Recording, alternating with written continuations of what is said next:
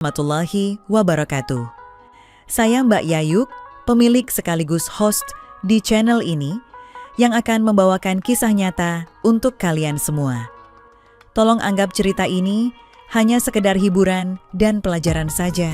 Dan jika ada kesamaan nama, tempat dan kejadian, semua itu mungkin hanya kebetulan semata. Silahkan ambil sisi baiknya dan buang sisi buruknya.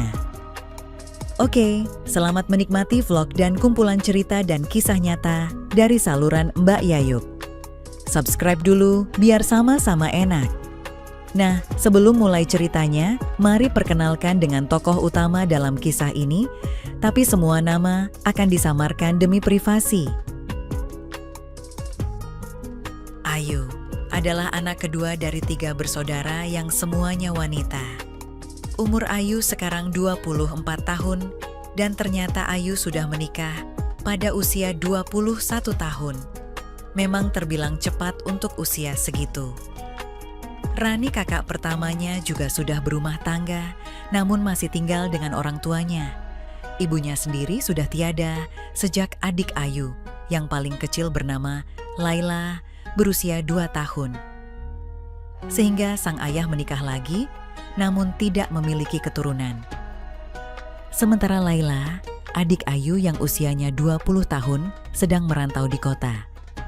Setelah Ayu menikah, di rumah mereka tinggal Rani bersama suaminya, serta ayah dan ibu tirinya di desa terpencil di selatan Jawa. Ayu sendiri ikut suaminya, Agus, yang merupakan anak tunggal dan dari pernikahan mereka sudah dikaruniai 1 orang putri yang baru berusia 2 tahun. Dan selama 2 tahun tinggal bersama mertuanya, tidak ada hal berarti yang dialami Ayu, semua berjalan tanpa ada kendala. Ibu mertuanya bernama Bu Sri adalah seorang karyawati di salah satu perusahaan besar di kotanya. Sedangkan Pak Sutomo, bapak mertuanya adalah seorang pegawai negeri, sebuah instansi pemerintah yang semoga saja tidak ikut korupsi karena biasanya banyak PNS yang suka korupsi. Nah, kehidupan di dalam rumah tangga mertuanya bisa dibilang cukup harmonis, hal itu membuat Ayu kerasan tinggal bersama mereka. Ibu mertua Ayu merupakan seorang wanita yang baik, begitu pula dengan Pak Sutomo, bapak mertuanya. Hari Sabtu Bu Sri masih bekerja, sedangkan Pak Sutomo kalau Sabtu dan Minggu pasti libur. Maklum, itu adalah aturan pemerintah buat para PNS. Enak banget ya mentang-mentang kerja sama pemerintah. Nah, maka dari itu di rumah hanya tinggal Pak Sutomo dan Ayu serta putri kecilnya. Sedangkan Agus suaminya yang seorang pekerja proyek hampir tidak ada liburnya. Setiap hari pulang pasti sore bahkan kadang malam hari. Hari ini Ayu sedang merasa tidak enak badan karena kemarin habis kehujanan waktu pergi ke pasar. Meskipun malam harinya Ayu sudah minum obat Sanmol preda demam, tapi hingga pagi harinya dia masih merasakan demam di badannya. Tapi meskipun begitu, Ayu tetap memaksakan diri untuk melaksanakan tugasnya sebagai ibu rumah tangga serta merawat putrinya. Karena ia sudah kewajibannya sehari-hari di dalam keluarga mertuanya. Setelah menidurkan anaknya di kamar depan, Ayu merebahkan diri di kamarnya sendiri yang terpisah dari putrinya karena dia tidak ingin putrinya tertular sakit demamnya. Kebetulan juga cuaca hari itu mendung, tak terasa saat matanya setengah terpejam, sayup-sayup Ayu mendengar suara Pak Sutomo memanggil-manggil namanya. Akan tetapi karena badannya terasa berat, Ayu tak sanggup untuk bangkit sampai-sampai Pak Sutomo datang ke kamarnya. Pak Sutomo terkejut melihat kondisi menantunya, kemudian bapak mertuanya itu menghampirinya dan duduk di dekat sang menantu. Ayu berusaha untuk bangkit walaupun kepalanya terasa seperti dibebani ribuan batu, dan tiba-tiba tangan mertuanya menyentuh dahinya. "Panas sekali, Nduk. Kamu sakit?" tanya Pak Sutomo, bapak mertuanya. Ayu tidak menjawabnya dan hanya menatap sang mertua, lalu Pak Sutomo merengkuhnya untuk meminta sang menantu tiduran kembali. "Sini bapak pijitin, biar agak mendingan, Nduk," kata Pak Sutomo. Tanpa menunggu jawaban Ayu, Pak Sutomo kemudian memijit kepalanya Ayu. Mata Ayu terpejam merasakan enaknya pijitan bapak mertuanya itu. Terasa begitu sangat nyaman. Setelah beberapa saat Pak Sutomo menyuruh menantunya itu untuk berbalik dan Ayu pun menurutinya. Dia merasakan sepertinya ornamennya telah dipindahkan oleh bapak mertuanya. Kemudian simpulnya yang melindungi keduanya pun juga dipindahkan. Ayu terkejut, tapi karena masih merasa sakit, Ayu pun membiarkannya saja. Ia merasakan pijitan bapak mertuanya. Disinilah awal keanehan itu terjadi. Walaupun kondisi sedikit meriang, tetapi perasaan itu tetap saja Ayu rasakan. Begitu enak dan sangat damai. Meski awalnya Ayu merasa takut, namun akhirnya dia begitu mengilhami aktivitas kreatif tersebut. Ayu pun memejamkan matanya sambil merasakan enaknya pijitan sang mertua. Hal tersebut membuat sang menantu hanya bisa mengikutinya saja. Begini, usia Pak Sutomo sudah 52 tahun dan Ayu akui kalau bapak mertuanya itu mempunyai wajah yang awet muda. Di saat Ayu merasakan pijitan mertuanya, tiba-tiba dia merasakan simpul VKK buawah yang berada di belakang dipindahkan oleh Pak Sutomo. Seketika Ayu panik dan ingin berbalik, namun tidak diperkenankan oleh bapak mertuanya itu. Pak Sutomo mengatakan bahwa bagian di sekitar area lokasi simpang tiganya juga harus dipijat. Dan akhirnya Ayu pun mengalah, walaupun disertai rasa malu di saat bapak mertuanya menengok tempat yang rawan itu.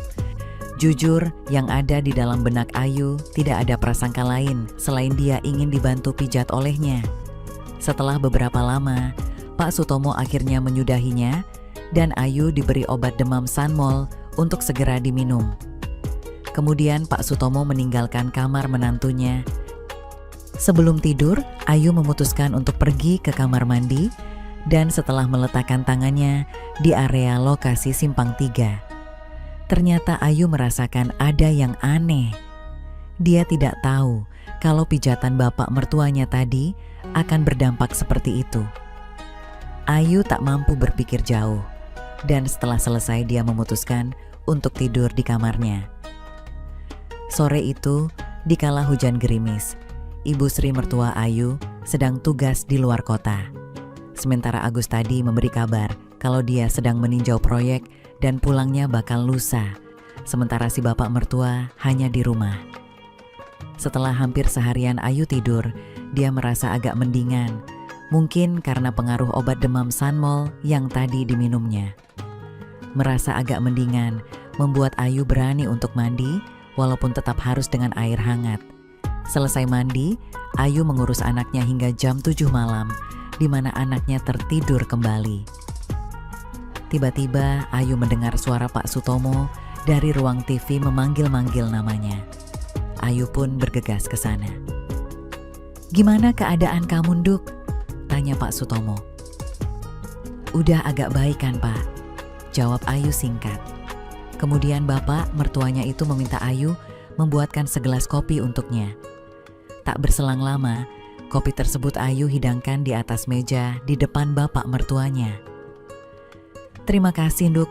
Kamu duduk dulu sini," kata Pak Sutomo. "Baik, Pak," jawab Ayu. Setelah duduk di sebelah kiri mertuanya, Pak Sutomo masih sedang menikmati kopi dan TV. Dan tak lama kemudian, tiba-tiba sang mertua menaruh tangannya di pundak Ayu. Ayu terkejut namun tidak berani memindahkannya. Dan yang membuat Ayu terkaget-kaget lagi adalah Pak Sutomo dengan serta-merta memijitinya perlahan-lahan. "Apakah Bapak terasa?" tanya Pak Sutomo.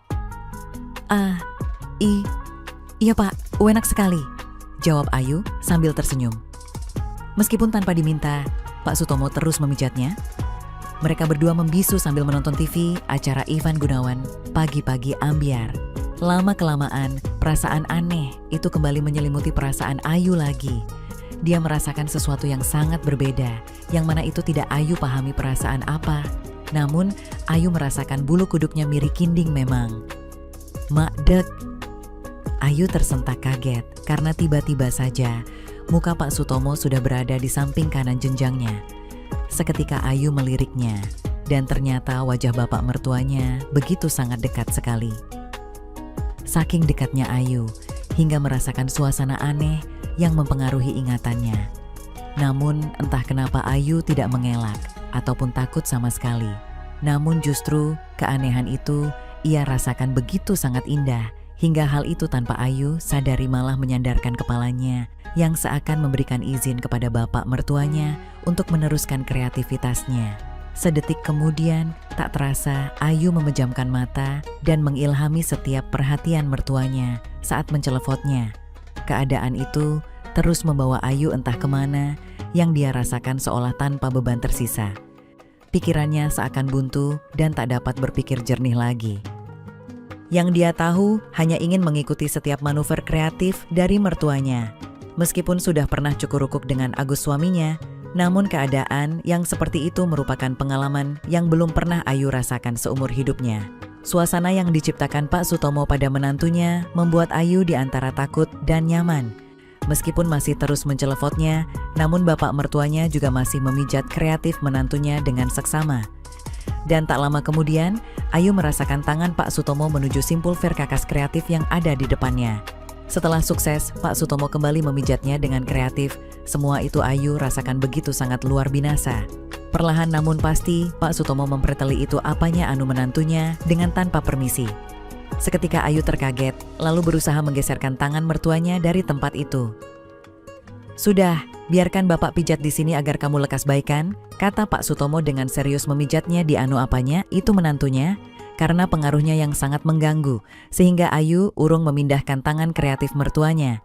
Dia bahkan begitu sangat mengilhami pijatannya, dan tak lama kemudian, lagi-lagi Ayu merasakan sesuatu keanehan. Bahkan keanehan ini lebih dahsyat dari yang pertama. Apanya itu anunya Ayu kini tidak lagi mendapatkan pijitan, tapi perhatian yang begitu serius. Walau dua apanya itunya Ayu masih terlindungi dengan benar, namun pengaruhnya dia rasakan sudah sampai kemana-mana. Kemudian Pak Sutomo berpindah, Ayu kaget gak ketulungan. Karena ternyata mertuanya dengan perlahan mengambil simpulnya dan membuangnya. Meski sudah kelayapan kemana-mana, namun sang mertua masih kreatif mencelefotnya dengan serius. Menerima perhatian dari dua arah membuat Ayu berdardir-dur hebat. Hal itu bukan tanpa alasan, karena ketika sampai di lokasi paling tinggi, Pak Sutomo mencubitnya dengan tanpa ukuran. "Au," keluh Ayu. Dan tak lama kemudian tangan mertuanya sudah membabi buta. Ayu sempat membuka mata, tapi hanya sesaat karena keanehan itu semakin menjadi-jadi. Serangkaian proses yang baru saja Ayu alami itu membuatnya tak sadar telah bernyanyi dengan sangat pelan. Lalu secara tidak sengaja, tangan kirinya menuju lokasi kreatifnya sendiri. Karena di tempat itu dirasakan, Ayu sungguh terpengaruh sekali dan ternyata sudah meluber. Ayu tersentak dan menghindar. Pak Sutomo pun kaget. "Ada apa?" tanya sang mertua. Ayu tidak menjawabnya, dia hanya tertunduk malu. Setelah mertuanya mengulang pertanyaan yang sama, Ayu akhirnya mengakuinya dengan malu-malu. Pak Sutomo pun tersenyum. "Sepertinya kamu sudah siap menantuku," kata Pak Sutomo sambil menatap wajah Ayu menantunya. Lalu Pak Sutomo berdiri dan mengajaknya duduk di sofa ruang keluarga. "Memang Agus tidak memberikan pengalaman kreatif yang seperti itu?" tanya Pak Sutomo setelah duduk di sofa. Iya Pak, Ayu baru tahu yang seperti itu," jawab Ayu sambil menatap mertuanya. "Ya sudah, kalau mau tahu lebih jauh, Bapak akan melanjutkannya, tapi jangan bercerita pada siapapun, apalagi sampai bocorin cerita ke channel Mbak Yayuk ya," kata Pak Sutomo. Kemudian Ayu pun mengangguk menyetujuinya. Malam yang awalnya gerimis berubah menjadi hujan deras, tetapi anehnya hawa di ruang TV keluarga berubah menjadi hangat. "Apakah ini hanya perasaanku saja?" batin Ayu dalam hati. Di saat Ayu masih duduk di sofa, mertuanya malah duduk di lantai di hadapan menantunya. Ayu jadi rikuh dan menundukkan kepalanya. Tiba-tiba saja Pak Sutomo mendekat dan tak lama kemudian, tanpa rasa canggung menuju kedua itu, apanya anuhnya dan mencelefotnya. Ayu pun kembali terpengaruh lagi, hal itu membuatnya harus memejamkan matanya sambil bernyanyi. Lalu tanpa disadari tangan Ayu mencari-cari sesuatu untuk menyesuaikan keadaan sembari membalasnya, Ayu juga tak kuasa menyeimbangkan dirinya sehingga dia seolah-olah akan terjatuh di sofa. Meski Pak Sutomo berusaha membetulkan posisinya, namun sepertinya sia-sia. Kemudian sang mertua melanjutkan aktivitas kreatifnya. Dan tak lama kemudian Pak Sutomo sudah sampai di lokasi Simpang 3 menantunya. Ayu sudah kehilangan akal sehat, dia hanya bisa diam akan atas perhatian mertuanya. Ayu terkejut pada saat perhatian bapak mertuanya sampai ke lokasi yang jauh. Ayu berusaha menghindarinya, tetapi dengan sabarnya Pak Sutomo menenangkannya untuk tetap saja mengikuti langkahnya. Di sisi lain, Ayu dihadapkan pada sebuah dilema antara takut dan malu, serta perasaan lain yang tidak pernah dia duga sebelumnya. Dan ketika Pak Sutomo semakin jauh, keanehan pun terjadi lagi. Lama-kelamaan, tanpa Ayu sadari telah memberikan ruang yang memadai untuk bapak mertuanya. Keadaan itu membuat Pak Sutomo semakin mudah untuk memberikan pengaruh kreatifnya lagi. Keadaan semakin tidak menentu, saat itu dirasakan Ayu seakan seperti siang hari yang menyengat. Dan tanpa disadari Ayu menyanyi tak karuan karena saking hebatnya, hal itu sukar sekali dilukiskan dengan kata-kata. Beberapa saat kemudian Ayu merasakan dunia seolah gelap dan berputar. Sayup-sayup dia mendengar suara dari Pak Sutomo yang tidak semestinya. Hingga akhirnya Ayu merasakan lain di lokasi anunya, apanya itulah pokoknya. Perhatian serius Pak Sutomo di lokasi itu membuat Ayu moshing. Bahkan dia harus mengelih di saat mertuanya mencelepot di lokasi yang tepat. Dan tak lama kemudian, Ayu akhirnya menemukan kreasinya. Keadaan yang tak biasa itu membuat Ayu kehilangan tenaga, meski hal itu belum terjadi dengan sesungguhnya. Saat Agus, suaminya, mengerjakan hal serupa, Ayu tidak sampai seperti itu. Ibu muda beranak satu menantu Pak Sutomo itu sangat heran dengan apa yang telah dialaminya. "Perasaan apa ini?" tanya heran Ayu dalam hati tak percaya. Dia melihat bapak mertuanya tersenyum, lalu Pak Sutomo memberikan perhatian dengan sabar. "Apa yang kamu rasakan, Duk?" tanya Pak Sutomo dengan santun. Ayu tidak menjawabnya, dia hanya membalasnya dengan tatapan yang bertanya-tanya. Di tengah kondisi pengaruh kreatifnya yang masih melanda, Ayu hanya tersenyum dan menatapnya dengan pandangan sayu. Di tengah pikirannya yang sedang berkecamuk, tiba-tiba Pak Sutomo membuang seragam favoritnya. "Mak Dek." Ayu tersentak melihat sahabat berkreasi mertuanya yang begitu jangkung dan sangat gagah. Seketika bergemuruh di rasanya. Sungguh Ayu baru tahu kalau mertuanya mempunyai anugerah kreativitas yang sangat luar biasa. "Ayo Duk, kamu singgah di sini," pinta Pak Sutomo sambil mendekatkannya pada menantunya. Sejenak Ayu terpaku melihatnya. Hatinya bimbang karena ini pengalaman pertamanya singgah di lokasi Simpang 3 laki-laki yang bukan haknya. Dengan gemetaran Ayu, akhirnya sampai di lokasi itu. Dengan ragu-ragu, Ayu memberikan perhatian dengan hati-hati. Mendapatkan perhatian tangan dingin menantunya membuat Pak Sutomo setengah terpejam. Terlebih lagi ketika Ayu mencelepotnya, membuat Pak Sutomo panik. Ayu jadi ingat masa kecilnya ketika makan es krim. Namun kali ini dia merasa enek, tetapi senang seperti anak kecil mendapat makanan kesukaannya. Di tengah lamunan Ayu, saat masa kecilnya, tiba-tiba Pak Sutomo bernyanyi hebat sambil berposisi tak menentu. Ayu pun heran, "Ada apa ini?" batin Ayu dalam hati. Tetapi sahabat kreatif Pak Sutomo seolah tak dapat Ayu pindahkan dari kelepotannya. Dan akhirnya ternyata bapak mertuanya itu telah menumpahkan semua kreativitasnya.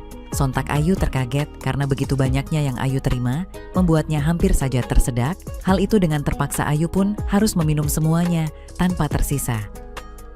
Pak Sutomo tersenyum dan memeyupnya sambil menghela nafasnya dalam-dalam. Entah mengapa Ayu merasa begitu damai dalam peyukan mertuanya yang saat itu ditinggal istrinya dinas keluar kota. Sungguh Ayu tak mengerti mengapa dia mengalami hal indah dengan Pak Sutomo, mertuanya yang tak lain adalah ayah kandung suaminya. Ayu terdiam sambil menatap mertuanya tak percaya. Pak Sutomo merasa lega mendapatkan perhatian yang tulus dari menantunya. Dia menyandarkan diri di sofa, masih dalam keadaan yang belum benar. "Mengapa aku punya perasaan seperti ini?" tanya Pak Sutomo dalam hati. Sementara Ayu yang berada di dekatnya masih duduk terdiam. Dia heran, meski sahabat kreatif Pak Sutomo, mertuanya sudah menangis, namun masih berdiri tegap dengan gagahnya. Di tengah lamunan Ayu tentangnya, tiba-tiba Pak Sutomo bangkit dan mendekatinya, kemudian dengan tanpa ragu mencelepotnya. Ayu pun tak bisa berbuat apa-apa, kecuali membalas hal kreatif itu. Malam itu, hujan semakin deras. Perjalanan kreatif dua insan mertua dan menantu sepertinya belum usai. Dan kali ini Pak Sutomo kembali memperhatikan lokasi pertigaan menantunya yang tadi belum dia lewati. Di saat Pak Sutomo memperhatikannya dengan serius, tiba-tiba terdengar suara tangisan dari kamar Ayu. Ternyata putrinya terbangun dan seketika Ayu menjauh lalu bangkit. "Arini bangun, Pak," kata Ayu. "Ya sudah, kamu tengok dulu," kata Pak Sutomo. Ayu lalu dengan buru-buru berbenah karena seragamnya sejak tadi dalam kondisi kurang benar. Dilihatnya jam dinding sudah menunjukkan pukul 9 malam. Setelah membuka pintu kamarnya, Ayu kaget melihat putrinya yang hampir terjatuh dari tempat tidur. Setelah membetulkannya, Ayu menemani putrinya agar cepat tidur. Belum sampai 15 menit berlalu, Pak Sutomo kembali memanggilnya. Ayu tidak menjawab karena putrinya belum juga tidur lagi. Dia tidak menghiraukan panggilan mertuanya. Bersambung. Oke teman-teman, segitu dulu kisah ini. Semoga teman semua bisa terhibur ya. Mohon maaf sebelumnya. Di sini tidak ada maksud untuk merusak moral. Tapi kita sebagai insan manusia yang penuh dosa, hanya ingin berbagi pengalaman saja, yang tentunya kami tidak menyarankan hal ini untuk ditiru ya. Terima kasih karena sudah mau mendengarkan kisah nyata ini. Sekali lagi, ambil baiknya dan buang buruknya, dan semoga hal seperti ini tidak akan pernah terjadi kepada kalian semua. Dan semoga kita semua dilindungi dari mara bahaya. Amin ya Rabbal Alamin. Sekian dan terima kasih. Sampai ketemu lagi di cerita-cerita selanjutnya. Jangan lupa like, komen, share, dan subscribe.